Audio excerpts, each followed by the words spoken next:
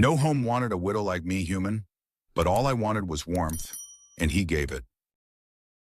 Rain pressed down hard on the lower district of Drenith, filling the narrow lanes with a constant rattle.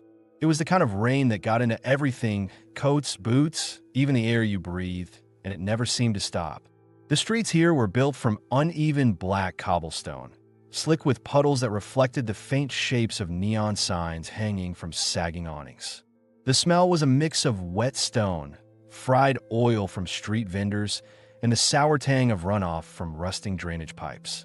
Oriana stood in the narrow space between the corner restaurant and the wall of the adjoining building, her back pressed lightly to the window frame. Her violet skin had taken on a darker tone under the rain, and the thin silk wrap she wore clung so tightly it looked painted on. The garment, open at the shoulders, slit high along one thigh, had been designed for the warm months back in Zyrene territory, not this endless Drenith downpour. It was all she owned now. Her long white hair hung heavy, strands stuck to her neck and collarbone. A frayed satchel, barely holding its shape, rested against her hip. She wasn't looking at the street, and she wasn't looking for someone to stop. Her gaze was fixed on the restaurant window. Through the fog glass, she could see the shapes of steaming bowls, baskets of bread, and people leaning toward each other over tables.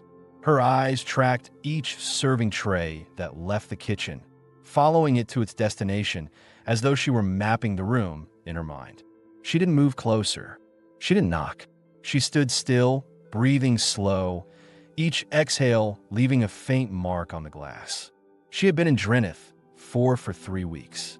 It wasn't where she wanted to be. It was where she'd ended up. Her husband had died the year before in a factory collapse on the Outer Rim, and with no children and no living relatives willing to take her in, she'd crossed sectors looking for work. The Zyrene had a saying about widows: the door you walk through closes behind you, and she'd been finding out how literal that could be. No boarding houses wanted a lone woman with no work papers.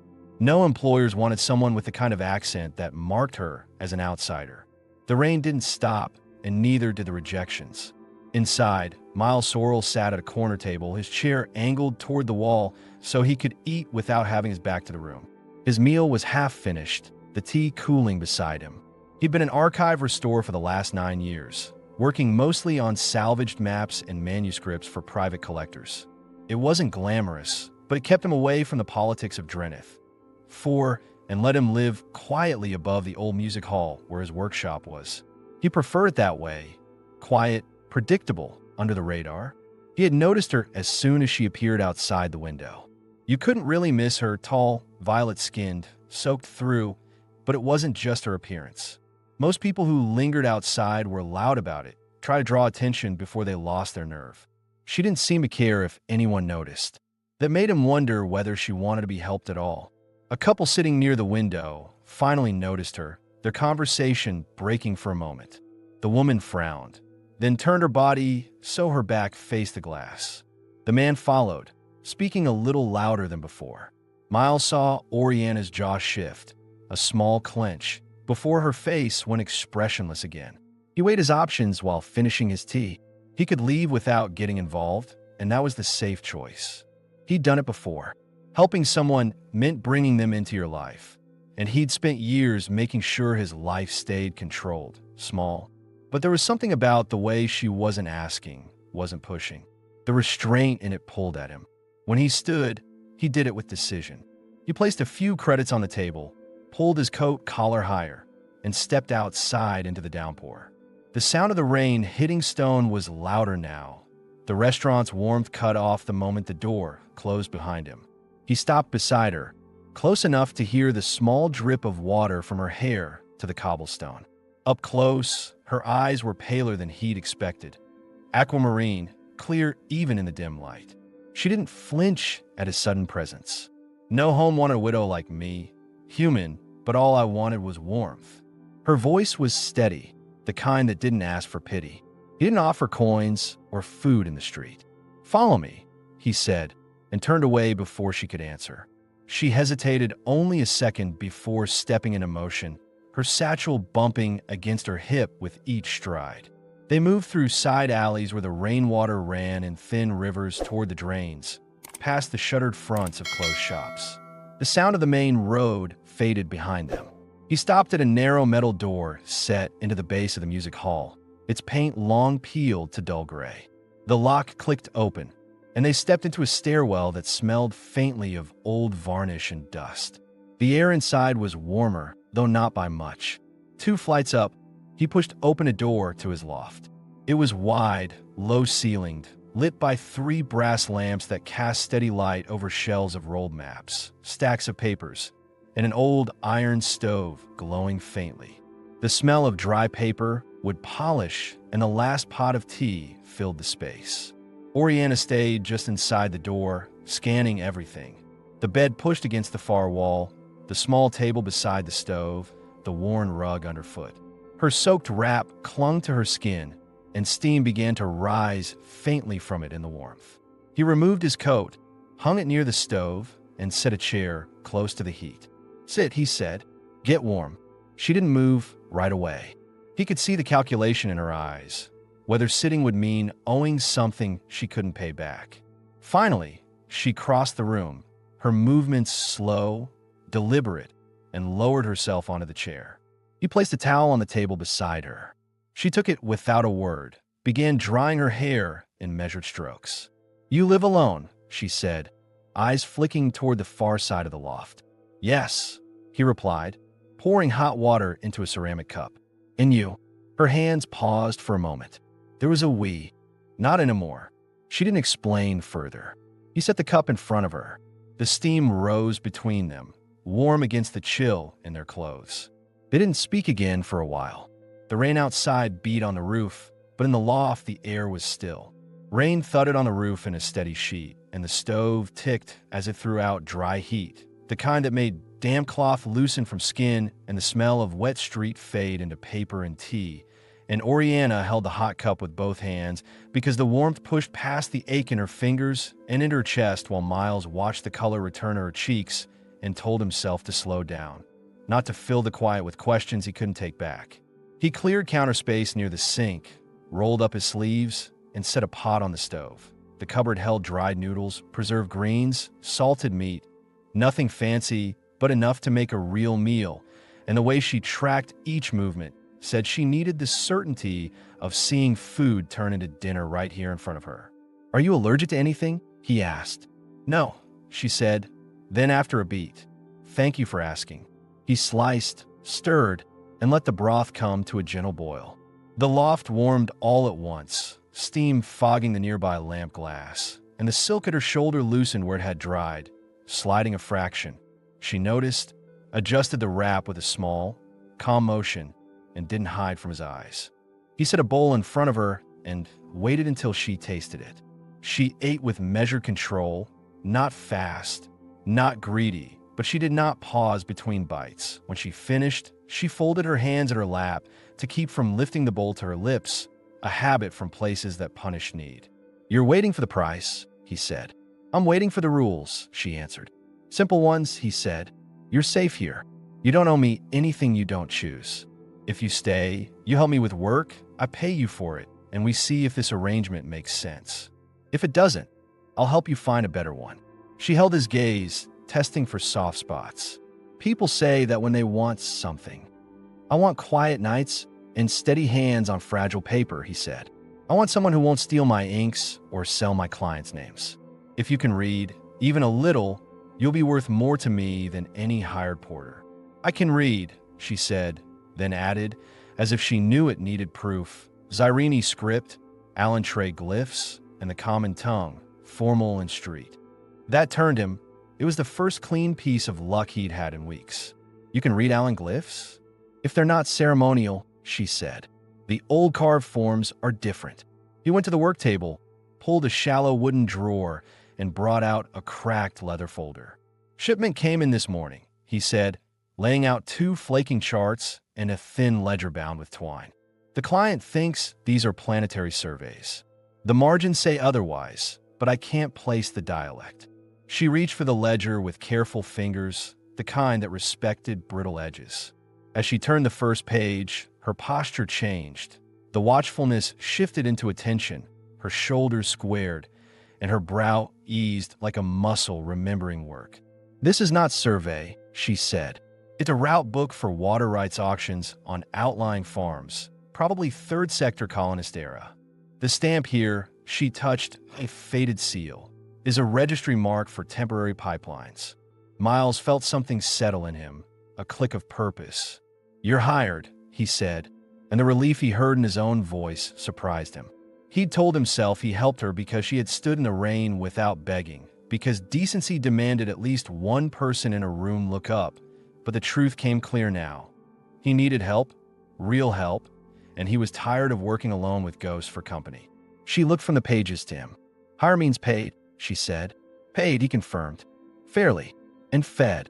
The immediate questions, the ones that had bothered listeners of the first chapter, hung between them, and he answered them one by one without making a speech. "No, I'm not trying to buy you," he said. "No, you don't have to share my bed. Yes, you can leave if this feels wrong at any point. I'll ask you for work, not for your body. If I ever want more, I'll say it plainly. And if you ever want more, you'll say it plainly, but neither of us owes the other anything past what we agree." She breathed out, not relief exactly, but the edge in her jaw loosened. "Then my rule," she said, "don't talk about me like a problem you solved. I'm not a story you tell to feel better." "Deal," he said. She shifted the chair closer to the stove with a small scrape of wood. The silk wrap had dried enough to hold shape, the thigh slits still free, her shoulders bare under the lamplight. She drew the cream shawl he offered across her back, but left one shoulder uncovered, perhaps to keep the heat, perhaps to keep control of how she looked in his space. The rain slackened, became a steady hiss. "Why did you bring me here?" she asked, not accusing, just precise. He didn't dress it up. "I grew up in a foster block," he said. "Doors closed for reasons that had nothing to do with you. I watched people eat from the hallway. When I saw you at that window, I recognized the silence." He kept his voice even. "I don't believe in signs. I believe in choices. I could walk past and keep my life small, or I could make room. I chose the second thing." She listened without blinking. "And your mission? Restore what's worth keeping," he said. "Maps, records, sometimes memories. I return them to people who still care. That's my work." He nodded at the ledger. "Tonight, that means a route book that tells a truer story than the client expects." She absorbed that, then gave him the same clarity. "My mission is simple," she said. "Food, work, a bed. I don't have to leave in the dark. Drineth. 4 has none of that for widows who arrive with nothing. If I can earn enough to rent a room and buy papers with my name spelled correctly, I'll take it. If this loft is safer than a room with a lock that breaks, I'll stay until it isn't." "Good," he said. "Then we agree." They worked for an hour without talking much. He cleaned the charred edges with a gentle brush while she translated line by line, calling out short phrases he wrote on tags. Temporary line, 7 days, dry season exception, penalty, moved to lender. The work quieted both of them. Her voice stayed low and steady.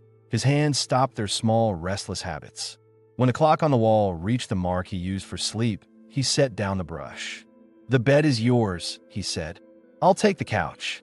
She looked to the couch and then to the bed, measuring distance to the door, to the stove, to him. "I sleep lightly," she said. "If I startle, I strike first. I'm telling you, so you don't take it personally." "Noted," he said. "I don't walk in my sleep." He pulled a clean blanket from a chest and laid it on the couch. She stood, crossed the bed, and tested the mattress with one palm, then sat on the edge. The shawl slid. She let it, then drew it back up. She didn't ask for a curtain. She didn't apologize for taking space. "Before you sleep," he said, stopping himself at the last second from softening the ask, "tomorrow I need your help on a site visit. The client wants a preliminary assessment. I don't usually take anyone, but you know the glyphs, and I'll need you to confirm a seal. It's a short walk. No crowds." She weighed the risk and the gain. "If the site is indoors and dry, I'll go," she said. "I won't stand in a line outside a registry door." "Not yet. It's a private storage vault," he said. "No registry." "Then yes," she said. He blew out 2 of the lamps, left one burning low by the stove. The loft fell into a soft, steady dim. He lay on the couch with his coat rolled under his head and listened to the small sounds of someone else settling. The The slide of fabric, the slow breath out, the small adjustment a person makes when they claim a bed as theirs for the night. "Miles," she said in the dark. "Yes. If I wake before you, may I start the kettle?" He smiled into the dark where she couldn't see it. "Please do." Silence returned, thicker now, but not heavy. The rain eased to a low patter. For the first time in months, he didn't feel the urge to fill the night with work to dodge the empty. For the first time in weeks, she did not run calculations on where to sleep next. They lay still, not touching, not pretending they were anything but two people who had chosen a small agreement and a clean line between them. In the morning, he would test her reading against the vault seals, and she would test his promises against the first hours of daylight. But for now, the stove hummed, the ledger waited on the table, and the rules were clear enough to hold. The pale light of morning seeped through the loft's single unshuttered window, cutting across the stacks of rolled maps and the table where the ledger from the night before still lay open. The stove had cooled to a faint warmth, the air dry, but carrying the faint scent of burnt tea leaves from the kettle she had set before he woke. Miles opened his eyes to the sound of movement. Not hurried, but deliberate. Fabric shifting, a chair scraping back into place, the faint clink of ceramic. Oriana was at the small counter near the stove, hair now dry and combed. The violet silk wrap replaced by a longer skirt from her satchel, still thin but drier, paired with the cream shawl draped neatly around her shoulders. She was turning the handle on the kettle, checking the water level without spilling a drop. "You start early," he said from the couch. "I wake with light," she replied. "Old habit. Safer to move before streets fill." She poured water into 2 cups and set one on the table closest to him. Not as an offer, but as if she had already decided it was part of the morning. They drank without speaking for a few minutes. He noticed she had folded the blanket he'd given her and placed it on the arm of the couch, not the bed. Small gestures told him she had been raised to treat shared space with care, a habit that stuck even after losing everything else. "I'll need to stop by the client's vault before noon," he said. "The seal we saw in that ledger. I want you to confirm it's the same." She met his eyes directly. "If this work is dangerous, you should tell me now." "It's not," he said. "The vault's private. No public registry. No guards looking to question us. The risk is boredom." "And the payment?" she asked. "For me, half a day's wage, same as I'd pay a document cleaner. More if you translate on the spot." That answer settled something in her posture. She nodded once, finished her tea, and gathered her satchel. "Then we go now. Earlier means fewer people to wonder why you bring me." As they stepped out into the damp street, the rain had slowed to a mist. The cobblestones were slick, and the market stalls along the main lane were only just opening. A few merchants glanced at them, at her, but most kept to their own tasks. She noticed every look, cataloged them silently, and Miles could tell by the way her hand brushed the satchel strap that she still measured escape routes, even with him beside her. On the walk, he decided to fill in what she hadn't asked but would likely want to know, things listeners from the earlier chapters might have wondered too. Clients hire me to restore what matters to them, sometimes maps to land they claim, sometimes contracts they want to enforce. It's not illegal work, but some clients use what I restore in ways I wouldn't. That's why I check the content before I hand anything back. "So you're deciding which truths to return," she said. "Sometimes," he admitted, "but mostly I'm making sure I don't hand over something that will hurt the wrong people." "And me?" she asked. "Where do I fit?" "That depends on what you want beyond food and a bed." She didn't answer, but her expression shifted slightly. Not refusal, not agreement, but thought. They reached the vault, a narrow, windowless building faced with dark stone. The owner, a thick-set man in a plain gray coat, let them in without a word once Miles showed his work permit. The air inside was cool and dry, the floor lined with neat rows of low steel cabinets. "This way," Miles said, leading her to a back section where a heavy crate sat on a raised platform. He broke the wax on the seal and stepped back so she could see it first. Her hands hovered over the papers before she touched them. "This is the same mark," she said. "Third Sector Colonist Registry. Whoever brought this here wanted to keep it out of circulation." "Can you translate without removing them?" "Yes, but slowly. The script is old." She glanced up. "Do you trust the client?" "Not entirely," he said. She set to work, speaking each phrase as she deciphered it. Water rights transfer, penalty for breach moved to lender, emergency drought clause. Her pace quickened as her familiarity grew, and by the end, she had given him a complete summary. When she finished, she stood and faced him. If you return this, the buyer gets control of every outlying farm that used these lines. They can raise rates or cut supply without costs. That's what I thought, he said. And if I don't return it, I don't get paid. She studied him for a moment. And if you give it to the wrong person, you undo the work you claim to protect. He didn't deny it, which is why I'm asking what you think I should do. Her answer came without hesitation. You already know. That's why you brought me here. Not just to read, but to confirm you're not imagining the risk. You keep it. You find the farms before the client does. Then you decide what they should see. On the walk back, they carried the ledger wrapped in oilcloth. She didn't question his silence, but she matched his pace, as if committing to the decision they'd just made. By the time they returned to the loft, the mist had turned back to rain. She hung her shawl to dry without asking and placed the ledger on the work table. You're going to need help tracking those farms, she said. And you, he asked. I'll work for the wage you promised. And for the bed. And for the choice to walk away if I decide you're wrong. He accepted that without argument. Trust wasn't built on persuasion.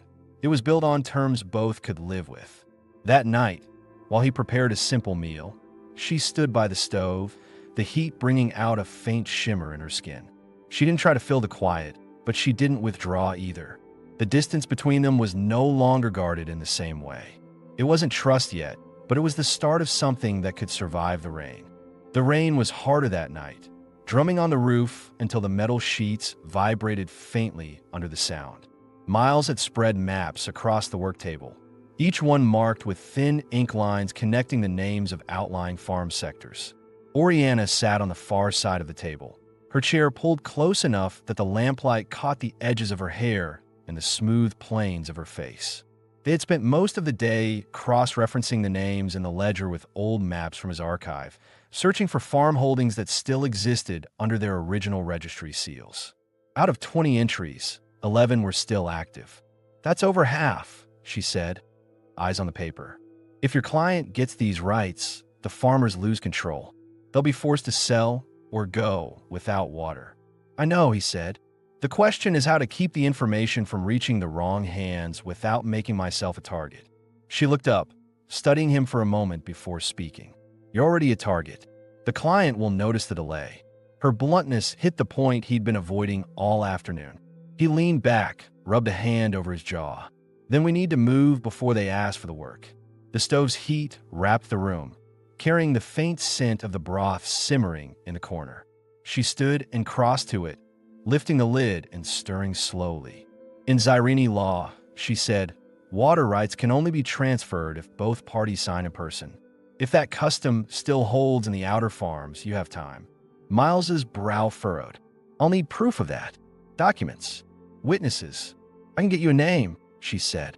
Someone who worked the lines before the war. But I'll need to go alone. He hesitated, weighing it. Letting her move through the city without him wasn't the risk she thought it was. It was the risk he felt. They'd only known each other for 2 days, but the thought of her disappearing into the streets sat wrong in his chest. You think I can't find my way back, she said, reading his silence. I think people vanish in this district for less than what you're carrying in your head, he replied. Then trust me enough to come back, she said. He didn't agree, but he didn't forbid it either. Morning then. Early. They ate in quiet after that, the broth hot enough to cut the damp in their bones. Afterward, she stayed by the stove, her shawl slipping down her arms as she leaned to pour the last of the tea. The movement brought them close when he reached for a cup, their hands brushing. Neither of them pulled back immediately. Her skin was warm from the heat, the contact brief but enough to feel deliberate. She set the pot down carefully and stepped aside, but her eyes held his for a second longer than needed. Later, as they readied for sleep, the air between them felt different. Not softer, but sharper, like both had noticed the shift and were waiting to see if it would happen again. He took the couch as before, watching her move across the loft, the curve of her shoulder visible in the lamplight as she sat on the bed's edge. Miles, she said quietly. Yes. If I come back tomorrow, it means I've decided you're worth working with. He let out a slow breath. And if you don't, then you were wrong about me, she said, and lay down without waiting for his answer. The rain didn't let up, and neither of them slept quickly. But for the first time since she'd arrived, he didn't feel like the loft was only his. Miles was up before sunrise, the loft dim except for the faint orange glow from the stove. He'd left tea ready and a folded note on the table in case she slipped out before he woke. But when he stepped to the window, she was already gone. The streets below were still wet from the night rain, the gutters running slow with thin, murky water. Merchants were only starting to roll up their shutters. He told himself not to watch the door every few minutes, but the habit kept pulling him back to it. By midday, he'd worked through half a stack of maps, though none of the lines he traced meant anything without the information she'd promised to bring. The ledger sat at the edge of the table like an unanswered question. It was well past noon when the loft door finally opened. She stepped inside without rushing, but her shawl was gone, replaced by a heavier cloak that wasn't hers. Drops of rain clung to her hair. She closed the door behind her and leaned her back against it for a moment before looking at him. "You stayed," he said. "I said I would," she replied, voice even, but something in her eyes was sharper. "What happened?" She moved to the table, unfastened the cloak, and laid a folded sheet of old parchment in front of him. "This is your proof. Signed registry from an outlying farm, dated 3 cycles ago. Water rights can't be transferred without both parties present, and they don't travel in." He scanned the document. The seal was genuine. The signature matched the ledger entries. "Where did you get this?" "From the man who ran the lines. He doesn't work them now, but he keeps the papers. He gave it to me because he trusts my mother's name." Miles looked up. "You never mentioned your mother." "I didn't think you needed to know," she said. Then after a pause, she traded along the Allen corridor for years. "Never married again after my father died. She had her own rules.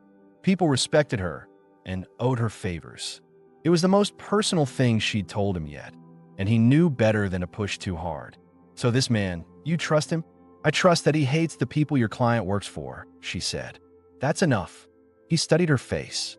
She was holding something back, not a lie, but a detail she wasn't ready to give. The street had taught her that information was a currency you didn't spend all at once. "You went alone?" he asked. "I went with someone who could vouch for me," she corrected. "A runner from the market." He made sure no one followed.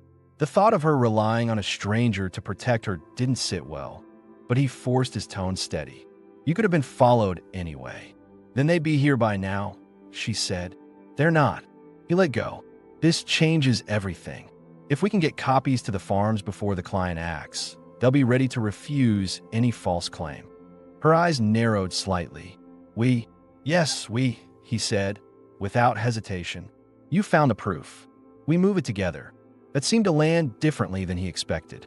She didn't smile, but the tension in her jaw eased.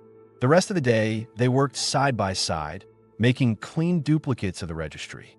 She read the entries aloud for accuracy while he inked them, their voices overlapping in a rhythm that felt less like two people testing each other and more like a team. As evening set in, the rain returned, soft at first, then heavier. Miles set a pot on the stove, the scent of cooking filling the loft. She stayed close, leaning against the counter, the space between them narrower than the night before. When he handed her a bowl, her fingers brushed his, not by accident this time. She didn't pull away, and neither did he. "You were worried I wouldn't come back," she said quietly. "I was," he admitted. "And now I'm thinking I don't want to get used to you leaving," he said.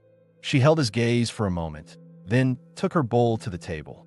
"Then make sure I have a reason to stay." It wasn't a promise, but it was the closest thing to one he'd heard from her yet. The storm broke hard after midnight, rattling the window panes and pushing damp air through the seams of the loft door. Miles had spread their copies across the work table, waited at the corners to keep the pages from curling. The stove was burning steady, but the room felt tense, as if the walls were holding their breath. Oriana stood by the window, watching the rain stream down the glass in long, unbroken lines. She had changed into her silk wrap again, the fabric dry now, but looser than before, the shawl tossed over the back of a chair. Her hair was down, falling forward when she glanced toward the table. "They'll notice by morning," she said. The client. "The delay's long enough to make them ask questions." "I know," he replied. "That's why we finished tonight." The question hanging in the air, what happens when they ask, stayed there between them, unspoken. Instead, she crossed to the table, her bare feet silent on the worn floorboards.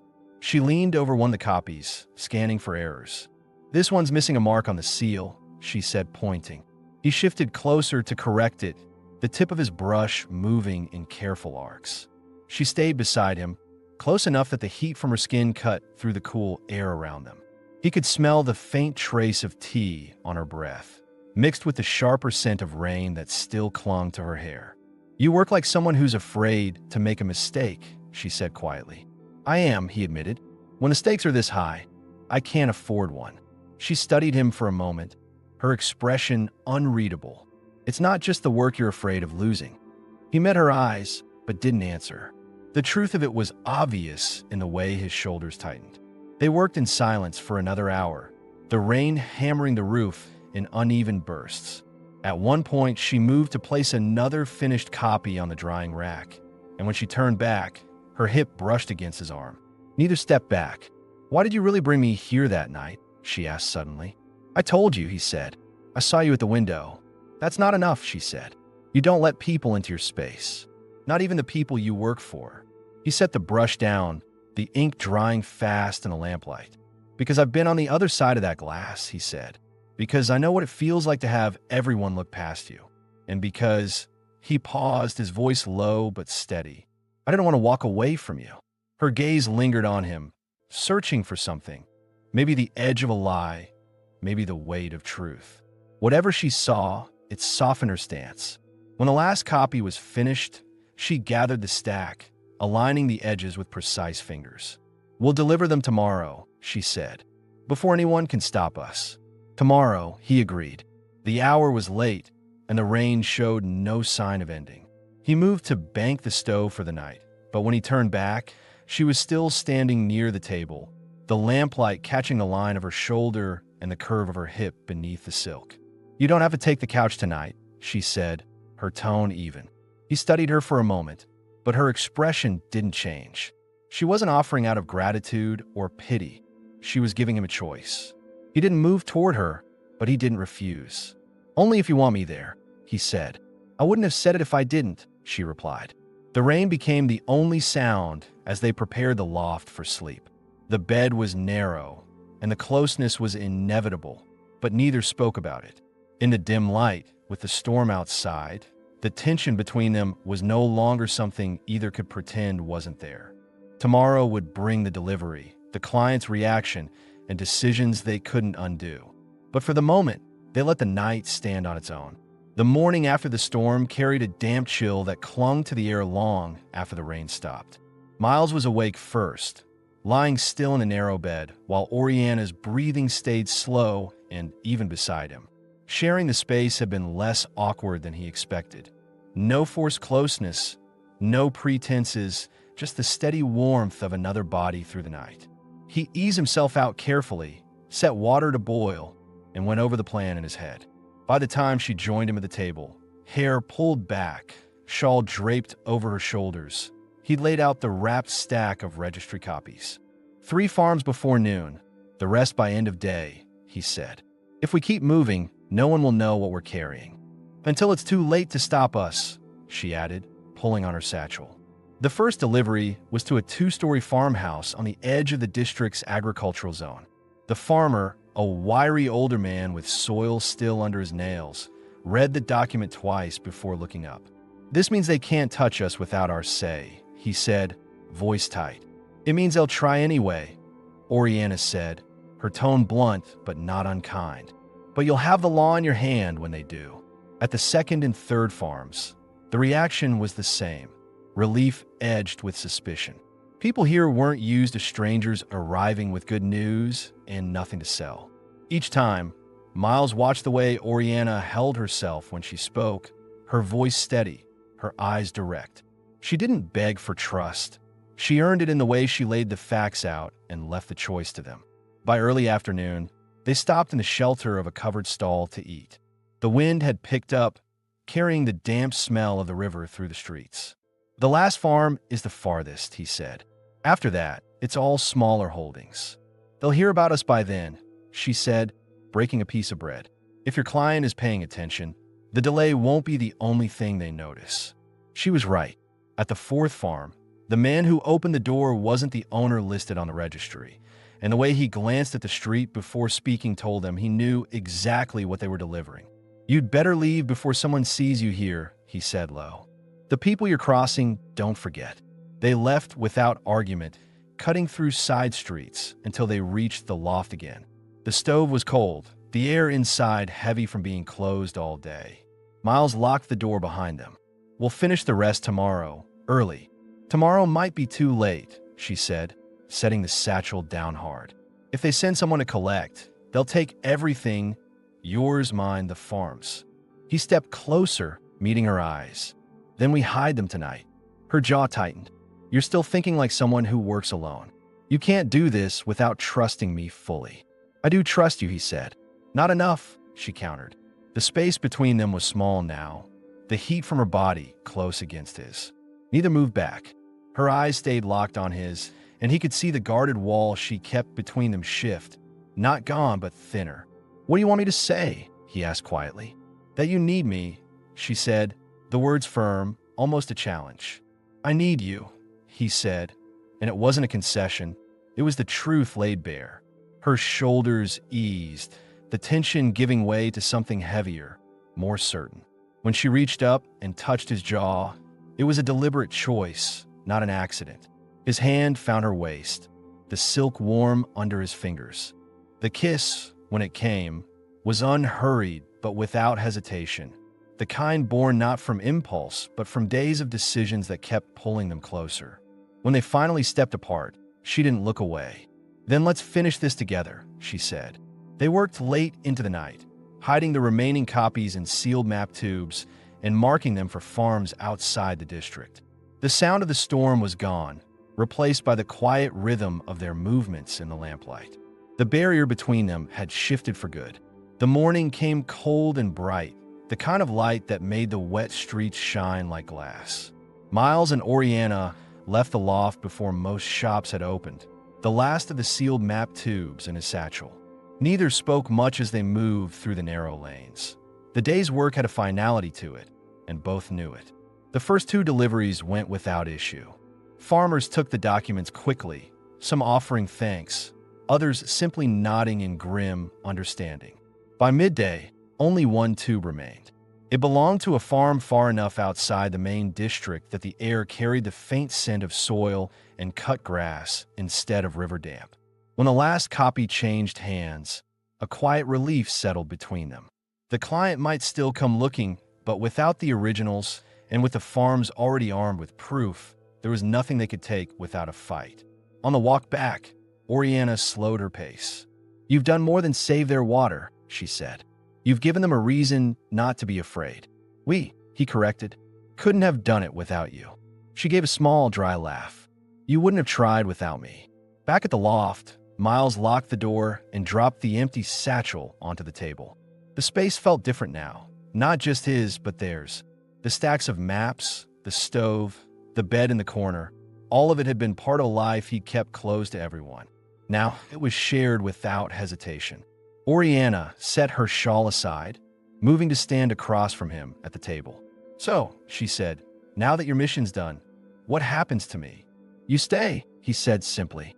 "If you want to." Her expression shifted, the guarded edges softening. "And if I do?" He didn't look away. "Then we make it official." Her brows lifted slightly. "Official. Marriage," he said. "Not out of debt. Not because of what we just did. Because I want you here in my life without a line we pretend we're not going to cross." For a long moment, she said nothing. Then she stepped around the table, stopping in front of him. "You've thought about this?" "Every day since you walked through that door," he said. She studied him, searching for anything unsaid, and when she found nothing to doubt, she nodded once. Then yes. The agreement wasn't a rush of heat or a dramatic kiss. It was a steady, deliberate joining. the kind both of them could stand on. Still, when she leaned in, their lips met in a kiss that carried the weight of everything they'd built. The rain-soaked window, the quiet work nights, the choice to trust. They spent the rest of the day clearing the table, reorganizing shelves, and cooking together for the first time. The loft smelled of warm bread and spiced broth, and the sound of her voice reading old map labels filled the space as easily as the stove's heat. When night came, they lay in the same narrow bed, no hesitation, no walls left. The streets outside were quiet, the storm finally gone. Miles rested his forehead against hers. "Tomorrow, we tell the farms," he said, "and then we make it legal." Oriana's hand found his. "Tomorrow," she agreed. For the first time in years, neither of them was thinking about the next escape or the next closed door. The life ahead was theirs to decide, and they had already chosen it together. Several weeks had passed since the last delivery. The client had not come knocking, the farms had not been harassed, and the quiet of the loft had taken on a different quality. Not the empty, quiet Miles had lived with for years, but a comfortable one, filled with the sound of Oriana moving about the space, the low hum of shared work, and the scent of meals cooked for two. That morning, sunlight streamed through the loft window, warming the wood floor. Outside, the district was waking slowly, the street noises softened by the distance. Inside, Oriana was at the work table, carefully translating a fragment of an old Zyrene trade charter while Miles sorted through a stack of newly acquired maps. They no longer needed to speak much during work. Each knew the other's rhythm. When their eyes met, there was no guardedness, only recognition. By midday, they set the work aside and went to the small balcony that overlooked the lane. It wasn't much, just a narrow ledge with two chairs, but in the sun, with the faint breeze carrying the smell of bread from a nearby bakery, it felt like a place that belonged to them alone. "This is the first time in years I've felt still," Miles said, leaning back in his chair. "It's the first time in years I've wanted to stay still," Oriana replied, her gaze on the street below. They talked about small things, the repairs needed in the building, which markets had the best produce, whether to take on a new restoration project together, and the conversation moved with the ease of people who had built trust piece by piece. When the sun began to dip, they went inside. The loft was warm, the light from the lamps casting a soft glow over the space. Miles locked the door and drew the curtains, the movements unhurried. Oriana watched him, then stepped forward, sliding her hands over his chest. There was no question in her touch, only intent. She leaned in, her lips brushing his before deepening the kiss, slow and deliberate. His hands found her waist, then her back, pulling her closer. The silk she wore loosened easily under his fingers, the fabric sliding over her shoulders to the floor. They moved together without rush, as if every motion was an answer to days of unspoken tension. He guided her toward the bed, but they didn't fall into it. They paused, standing close, eyes locked, the space between them charged. Her hands traced the line of his jaw, down to his chest, feeling the steady rise and fall of his breathing. When they lay down, the closeness became complete. Their movements were unhurried but certain, each touch deliberate, each kiss deeper than the last. The room was quiet except for the sound of their breathing and the faint creak of the bed frame. Her skin was warm beneath his hands, the smooth curve of her back arching under his touch. She drew him closer, her legs tangling with his, their bodies fitting together naturally now that no barriers remained. They spoke little, but the few words they did share, his quiet reassurances, her soft murmurs, carried the weight of choice, not obligation. When they finally stilled, the lamplight catching the faint sheen of their skin, they remained close, neither moving away. Miles brushed her hair back from her face. "This is ours now," he said quietly. She smiled, the expression small but certain. "And it stays ours." They fell asleep in each other's arms, the loft warm around them, the noise of the street muted. Whatever the future brought, they had crossed the last distance between them. The life they had built was no longer temporary. It was the beginning of something permanent, chosen by both.